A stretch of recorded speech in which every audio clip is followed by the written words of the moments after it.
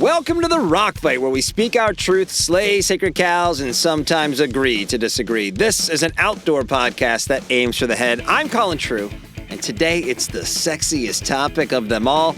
We're talking about closeouts, baby. Woo! Don't worry, I promise to make closeouts spicier than you think they can be. But first, to all of our new listeners, welcome aboard. I'm excited to have you here, but can I ask a quick favor of you? Please text the Rock Fight to one of your friends who also likes going outside. The show is growing, and by sharing the show with others, we can keep it growing. Thank you for being a rock fighter and listening and helping our community grow.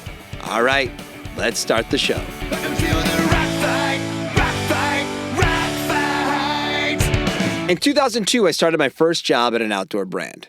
Customer service team leader for the urban customer service team at Timberland. Urban was a designation for the collection of Timberland products that had jumped to the front of the line as the most important to the company, thanks to the adoption of Timberland's yellow boot by the hip-hop community and the pop culture exposure and explosion for the brand that had come with it. And after years of working in sporting goods and outdoor retail, I finally had a job at a brand known for its heritage in the outdoors. But I ended up managing a team of customer service reps who were processing orders for iconic retailers based in New York City. At that point, I felt pretty far removed from the outdoors in my day-to-day work life. Now, what I couldn't have known at the time was that gig would eventually lead to me being a tech rep and would lay the foundation for the rest of my outdoor industry career, as well as help form a lot of the opinions you get to hear me spew here on The Rock Fight. And while in that role, I got to understand fulfillment and supply chain on a level that I'd never see again in my industry career. Timberland had crossed into being a billion-dollar brand just before I arrived, and the urban category was the biggest driver of that $1 billion. So it was a crash course in the complicated global supply chain of a big brand. How stuff gets forecasted, sold, made, shipped, warehoused, delivered. It was a huge education point for me. And I also got to learn about the world of closeouts. Closeouts are something that only retailers and brands think about. Consumers don't know anything or care to know anything about closeouts. Maybe the occasional rando will be shopping at an outlet mall or a store and understand that there's a difference between what's available to them in that store versus most retailers. But at that point, they're just pulled in by the significantly discounted prices to ask any questions or care to know why everything is so cheap. And the basics here are simple. A brand creates a product and takes it to market. Based on market trends and retail demand, a forecast is produced and factories start making that product. Retailers place orders. The product ships and is sold on retail shelves. If a perfect scenario could ever be achieved, all units of this product would be sold to a consumer, warehouses and retail shelves would be clean, and the process repeats. But the reality is that nothing ever sells through 100%.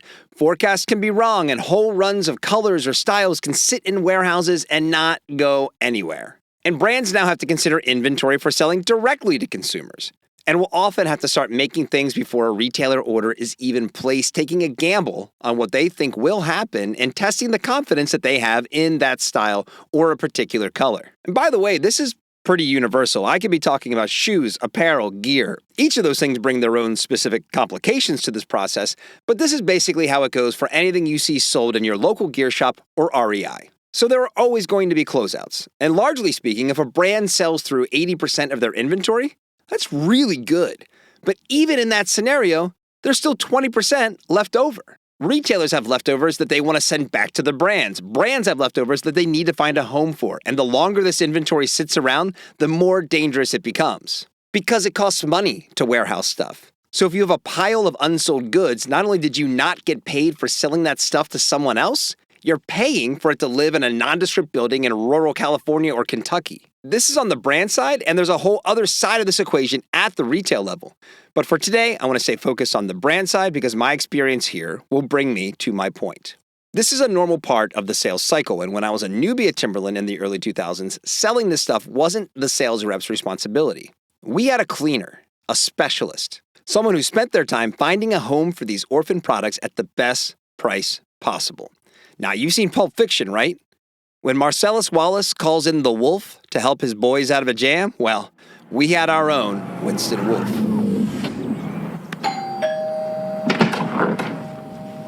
You're Jimmy, right? This is your house? Sure is. I'm Winston Wolfe.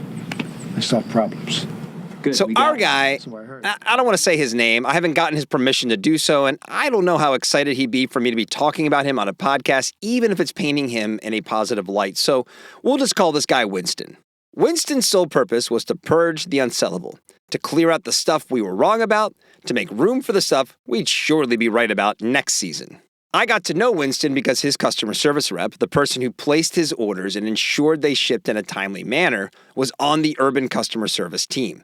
So I got to spend quite a bit of time with him. And Winston taught me two easy-to-remember mantras when it comes to moving product in the closeout world. The first is that there are no bad products, just bad prices. Remember a second ago when I was talking about consumers at an outlet mall being excited for how cheap everything was in that store and not really caring about how it got there? Yeah, the stuff that those people are buying are mostly the rejects. Residents of the island of misfit outdoor toys. Stuff that couldn't be delivered to a retailer or sold at full price on the brand's website is now selling like hotcakes because the price is now, quote, right. Eventually, the right price will move the worst product. And the second thing Winston taught me is that if you eat like a mouse, you shit like a mouse. And if you eat like an elephant, you shit like an elephant. Basically, the bigger you are, the bigger you shit. Winston had been at Timberland a long time and seen the growth and the challenges that came with that growth. More money means more product, which means more stuff without a home. And Winston was our cleaner, our own Winston Wolf, the guy who fixes problems. But that doesn't mean the job was always easy. So what's my point in all of this? Well, last week, SGB and The Daily both reported on the good position that TJX is sitting in these days. TJX owns retailers like HomeGoods, Marshalls, TJ Maxx, and for the more outdoorsy among us, Sierra. Sierra, formerly Sierra Trading Post, is the go-to spot for outdoor brands to move off of their closeouts. Between their 95 brick-and-mortar locations and an online store, if you're looking for first-quality closeouts in the outdoor world, there is no better place to look. Now, every brand has their own closeouts page on their website, but Sierra has every brand. Well, except Patagonia. A search on Sierra.com for Patagonia brought nothing back, but pretty much everyone else is on there. In fact, doing some quick math, I counted roughly 8,400 products, split about evenly between the men's and women's product categories on Sierra's website. And the news out of TJX is that Sierra is going to grow in 2024 to the tune of 26 new stores. Now, I know someone else who studied under the tutelage of Winston from Timberland, and according to this person, Sierra is a dream partner to work with. They recognize their role and are easy to do business with. They know how to move the misfit toys and know how to get paid to do so. They're the vultures of the outdoor industry, cleaning up the mess left behind by others. And you might hear a word like vulture as a pejorative descriptor, but it's not. Vultures are an incredibly important part of our ecosystem. We'd be ankle deep in roadkill carrying if not for our friends the vultures, so I don't use that word as an insult, more like a compliment accompanied with a thank you note. The problem is the reason behind the need for 26 more Sierra stores. We're making too much stuff, and we have been for a long time, and we continue to do so. Let me put it another way. Outdoor brands who market themselves on the back of environmentalism, conservation, and the quest for sustainable manufacturing continue to make so much stuff that the chief retailer for the stuff that was made that no one wants is opening 26 new stores in the next 12 months to accommodate it all. The headline for the coverage of TJX and Sierra last week in SGB was, quote, TJX is sitting pretty as most others deal with market turmoil, end quote. I literally laughed out loud when I read that. Because of course they are. But TJX wouldn't be opening 26 new stores if they thought this was a short-term problem. We're not talking about a handful of locations here. They have years of data to understand what they'll need to support those stores, and the number they settled on is 26. Now, TJX as a whole, so including all of their retail brands, is a $50 billion company. That's the same size as Nike.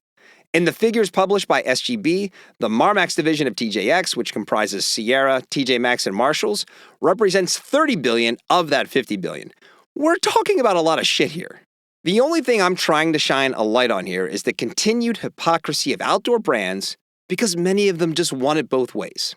They say they want to make things more sustainable or protect our outdoor playgrounds, but not at the expense of doing anything they're not mandated to do. Want an example? We've known forever about the dangerous implications of PFAS, forever chemicals. When do things actually start to change? When it's mandated by the fifth largest economy in the world, the state of California, that they have to. For years, brands have been hiding behind the bullshit line of, our customers demand a certain level of performance, and these new DWR treatments, they just can't offer that. No, most of your customers are just people buying a raincoat at REI and don't know a damn thing about DWR treatments or PFAS. And because no one did it on their own time, there is now going to be a surge of unwanted inventory because everyone is going to do it at the same time. Look, I don't have a problem with brands prioritizing making money. That is 100% their right to do. It's their obligation to do. They are for-profit businesses. But when you prey on the topics that outdoor enthusiasts value and offer bullshit quips about circularity or sustainability, or enter categories where you don't even belong, which results in even more inventory that you shouldn't even be making, yeah, I have a real problem with that.